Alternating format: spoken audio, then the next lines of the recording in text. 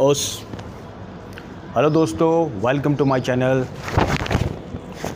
The Karatepuram. दोस्तों, पिछले video में हमने बात की थी कराटे की ब्रीफ सी हिस्ट्री के बारे में, इसके ज़रूरी एलिमेंट्स को जाना था। इस वीडियो में हम बात करेंगे कराटे के स्टाइल्स के बारे में। मुझे याद है बचपन में जब हम कराटे सीखने जाते थे और हमें स्टाइल्स के बारे में नॉलेज नहीं था, तो एक नॉलेजेबल पर्सन जो कराटे का बहुत पुराना स्टूडेंट था, उन्होंने मुझसे पूछा था कि आपका स्टाइल कौन सा है। तो मुझे पता नहीं था कि ये क्या पूछ रहा है, तो मैंने क्या बोला था कि भाई देखो, कराटे में कर रहा हूँ और स्टाइल तो सबका अपना अपना है। तो वो इस बात पर हंसने लगा था। फिर उसने मुझे कुछ स्टाइल्स के बारे में बताया था। फिर मैंने बाद में अपने टीचर से कंफर्म किया था, तो हमें पता चला था कि कराटे के स्टाइल्स क्या है। दोस्तों, कराटे के स्टाइल्स की अगर बात करें तो आज की डेट में कराटे के नियर अबाउट 75 स्टाइल्स हैं। अब उन सब की बातें तो कर नहीं सकते, लेकिन 10 बड़े स्टाइल्स हैं, जिसमें से 4 स्टाइल्स ऐसे हैं जिन्हें WKF world karate federation recommend करता है, अप्रूव करता है। तो उन्हीं स्टाइल्स के बारे में बात करेंगे। एक्चुअली देखा जाए तो कराटे का इतिहास अगर हम पीछे देखें तो ये स्टार्ट हुआ था चाइना से। जब ये आपका ओकिनावा पहुंचा था और इसका नाम टोडे था, तो स्टाइल की शुरुआत तो तभी से हो गई थी। वो कैसे हुई कि टोडे को 3 अलग अलग ओकिनावा के गांव में प्रैक्टिस किया जाता था। वो गांव मैंने पिछली वीडियो में बताया था, शूरी, नाहा और तोमारी थे। अब वो जब एक ही चीज़ 3 अलग अलग जगह प्रैक्टिस की जाती है और एक दूसरे से टेक्निक शेयर नहीं की जाती, तो स्टाइल अपने आप पैदा हो जाते हैं। तो सबसे पहले टोडे, यानी कि जो चाइनीज़ हैंड कराटे का पुराना नाम, तो उसमें आपके 3 स्टाइल पैदा हुए थे, जिनका नाम उनके गांव पे रखा गया था, जिसमें वो प्रैक्टिस किए जाते थे। शूरी गांव में जो स्टाइल प्रैक्टिस किया जाता था उसे शूरी ते बोलते थे। नाहा में जो प्रैक्टिस किया जाता उसे नाहा ते बोलते थे। और तोमारी में जो प्रैक्टिस किया जाता था उसे तोमारी ते बोलते थे।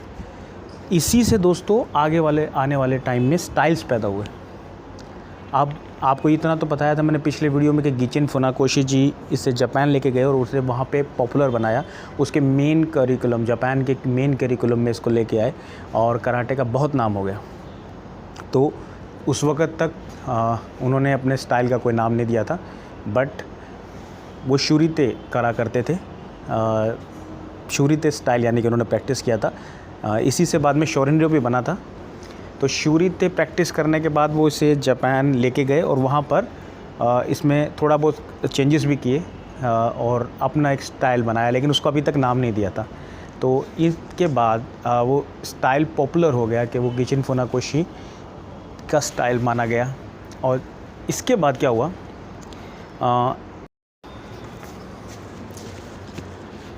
दोस्तों, जब गिचिन फुनाकोशी जी की वजह से कराटे जापान में बहुत पॉपुलर हो गया, तो ओकिनावा के दूसरे टीचर्स ने भी अपने स्टाइल्स को ओकिनावा में से लेकर जापान में ले जाने का फ़ैसला किया। इन्हीं में से एक थे चोजुन मियागी। अब चोजुन मियागी का स्टाइल गिचिन फुनाकोशी जी के स्टाइल से अलग था, क्योंकि वो नाहाते करते थे और गिचिन फुनाकोशी जी शूरीते करते थे। तो नाहाते बिल्कुल अलग था, तो इसीलिए उनको अपना स्टाइल को एक नाम देना पड़ा, जबकि गिचिन फुनाकोशी जी ने अभी तक अपने स्टाइल को कोई नाम नहीं दिया था। तो उन्होंने अपने स्टाइल, अपने कराटे स्टाइल का नाम दिया गोजू-रियो। अब गो मीन्स होता है जापान में हार्ड और जू मीन्स सॉफ्ट, तो that combination of soft and hard.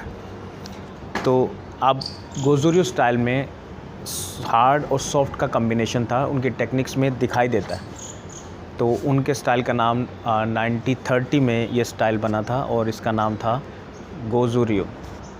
ये चोजुन मियागी जी ने बनाया था। इसके अलावा केनवा माबुनी, जो बाद में शिटोरियो स्टाइल जिन्होंने बनाया, वो भी ओकिनावा से इधर आए जापान में, और वो भी अपने स्टाइल का, क्योंकि उनका स्टाइल भी कुछ हार्ड और सॉफ्ट से मिलता जुलता था, तो वो भी ऐसा ही कुछ नाम देना चाहते थे, बट गोजू-रियो नाम ऑलरेडी वो एस्टेब्लिश कर चुके थे। तो इसीलिए उन्होंने अपने स्टाइल का नाम अपने 2 टीचर्स कैनरियो हिगोना और इतसु अंकु, ये 2 उनके टीचर्स थे जिनसे उन्होंने कराटे सीखा था। उनको अब जो कैनरियो हिगोना जी थे, उनका एक नाम हिगोशियाना भी था। तो वो हिगोशियाना से शी लेकर और इतोसुआंकु से इतो लेकर शितो रियो उन्होंने बनाया। तो अपने 2 टीचर्स के नाम पर उन्होंने उनको रिस्पेक्ट देने के लिए अपने स्टाइल का नाम शितोरियो रखा। ठीक है। इसके बाद वाडोरियो स्टाइल, वाडोरियो स्टाइल निकला है बेसिकली शोटोकान स्टाइल से, और हिरोनोरी ओत्सुका जी ने इसे बनाया था, और वो स्टूडेंट थे गिचिन फुनाकोशी जी के। उनका स्टाइल उन्होंने प्रैक्टिस किया था। इसके अलावा जुजुत्सु के अच्छे स्टूडेंट थे, तो जुजुत्सु स्टाइल और आपका शोटोकान स्टाइल दोनों को कंबाइन करके, दोनों की टेक्निक को उन्होंने एक नया स्टाइल वाडोरियो बनाया। दोस्तों उनका नाम वाडोरियो। तब गिचिन फुनाकोशी जी ने भी, क्योंकि अब स्टाइल्स बन चुके थे, तो उन्हें भी अपने स्टाइल को अलग बताने के लिए कुछ नाम देना था। तो उनके स्टाइल का नाम शोटोकैन रखा गया। शोटोकैन, शोटो गिचिन फुनाकोशी जी का पेन नेम था, यानी कि वो जो राइटिंग करते थे उसमें उस नाम को यूज़ किया करते थे। वैसे इसका एक मीनिंग भी होता है, द पाइन बेस। तो इस स्टाइल का नाम शोटोकैन रखा गया। हर स्टाइल की अपनी एक खासियत है, लेकिन कोई भी स्टाइल ना सही है ना गलत है, वो प्रैक्टिस किया जाता है और सबका अपना अपना तरीका है। हर टेक्निक को करने का अपना एक अंदाज़ है।